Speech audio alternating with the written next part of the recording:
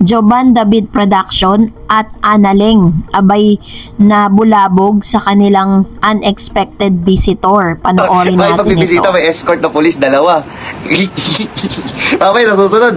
Hindi, kanina. Tawag dito, pumunta po kasi sila rito, may kasama mga barangay at mga pulis. Kaya nagulat po ako, naalarma po ako. Tulog po kasi kami, nagsigising kami. Tapos pagdating dito, sasabihan nila na, oh, tingnan mo si Anay, nanginginig, takot na takot. Siyempre, nagkagugulatan. Yung mga pulis Hindi mo alam kung saan ka talaga pupunta eh. Nagugulat kami. Hindi mo alam kung sino kausapin mo kasi. Nagigising ako yun eh. Nagigising lang namin nung nagulat. Cut mo nga. Ano ba yung sinasabi? Sa live video ni Miss Analeng at ni Joban David Production, ikinuwento at idinitalya nila ang isa sa mga unexpected visitor. I think this is gonna be the second time na ginawa ng pamilya ni Miss Analeng kasama ng ilang mga kapulisan ang pagpunta na doon or pagbisita doon po sa bahay ni Joban. At dito po ikinuwento ni Mr. Joban David Production kung ano ang naging reaksyon nitong si Analeng. Panoorin natin ito. Parang iba na eh. Dahil yung nangyari kanina na ganun. Huwag niyo na ako pakialaman. Huwag niyo na po ako pakialaman kasi malaki na ako, matanda na ako. Hindi na ako bata. Hindi na akong bata para puntahan niyo pa ako dito.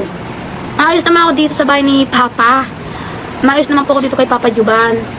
At maayos naman sarili ko. Nakakain ako maayos. Nakakatulog naman ako maayos. Sana po, mga kapatid ko dyan, sana po, hindi ko naman kinukuha kayo po kailangan po, may respeto naman po kayo kahit kunti sa akin.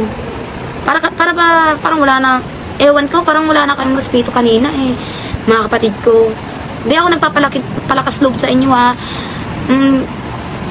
bagong gising ko. Masama ang loob ni Miss Analeng na may mga kapatid siya na pumunta po sa kanilang bahay na super aga habang sila'y nagpapahinga at pilit na ipinagigising nga itong si Analeng maging si Joban and sa hindi nila alam na rason kung bakit po lagi silang pumupunta doon na may kasamang pulis, no? At dahil dito nagsalita si Analeng na dapat daw ay pabayaan na siya dahil hindi naman siya pinababayaan ni Joban doon po sa kung saan naroroon sila ngayon.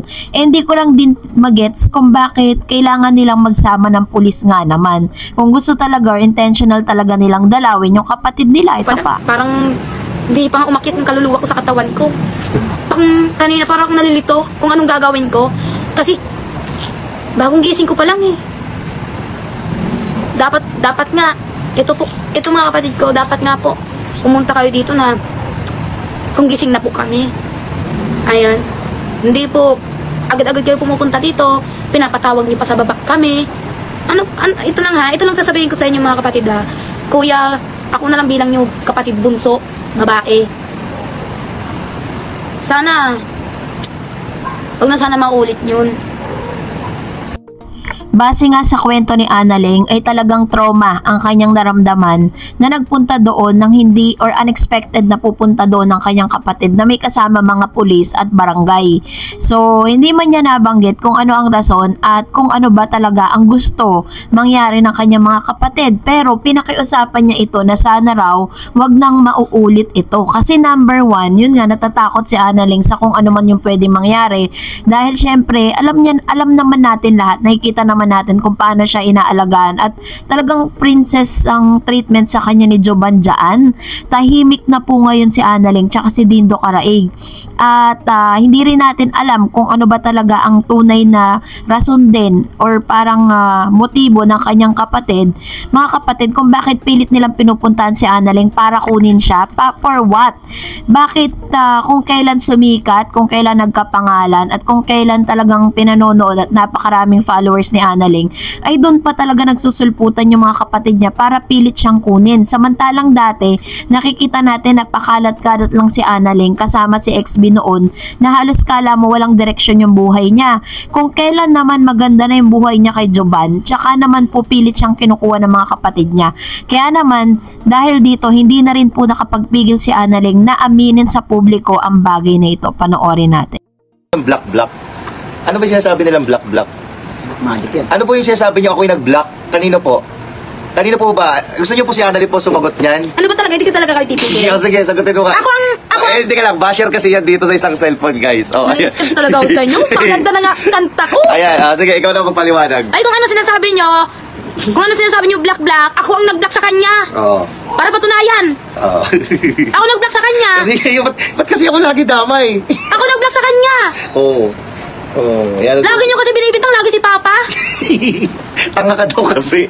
Hindi ka na marunong sa social media. Ako na nga nagsabi. Ako na nag-black. Oo. Di kayo naniniwala?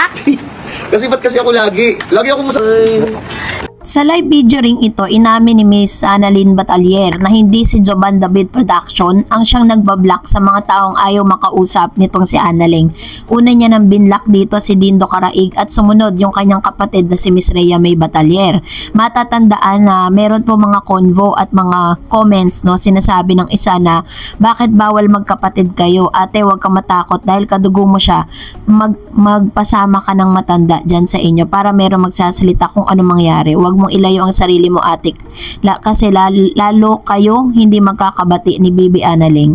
Yan. So, isa yan sa mga komento. At parang naging driving force ng kapamilya nitong si Miss Annalyn na talagang i-force na kunin si Annalyn. And we do not know kung gusto lang talaga nilang makipag-usap. Hindi po nila kailangan magdala ng police, barangay, or parang magdulot ng trauma dun sa tao. Diba? This time, kay Annalyn ako, pangit kasi, or parang sa side na ito, parang this is not really good for the health, my mental health nitong si Annalyn. Sa dami ng kanyang mga bashers at dami ng mga nagsasalita towards her, maraming mga nanlalait sa kanya. Pero this time, sarili mong kapamilya yung unti-unting sumisira or unti-unti na parang dapat suportahan ka na lang, 'di ba? And honestly, mas malaki talaga ang naitulong ni Annalyn sa pagiging content creator din ni Rhea May, kasi mula po nang inintroduce ni Annalyn itong si Rhea May, nung dumalaw sila noon ay talagang nakilala si Rhea at nagkaroon siya ng sarili niyang Facebook page na ngayon siya mismo ang nagmamanage. And I know na sa lahat ng ganitong klase ng problema, pamilya pa rin talaga. So, at the end of the day, dapat bago pa man lumala yung mga sitwasyon na ito, is mag-usap itong si Annalyn at ang kanyang mga kapatid nang walang any police or what. Si tama naman yung sinabi ni Jovan, bakit kailangan nyo magdala ng police? Ano bang palagay nyo kay Jovan? Isang kriminal na tao na sasaktan kayo or what, 'di ba? So, lahat naman po ay nakukuha sa tamang pag-uusap. Yun lang naman po yung gusto nila. And kung ayaw pa ni Miss Annalyn na makipag-usap, bigyan nyo po ng respeto yon. You need to respect their privacy or yung kanilang rights na tumanggi, no? Sabi nga, time heal all wounds.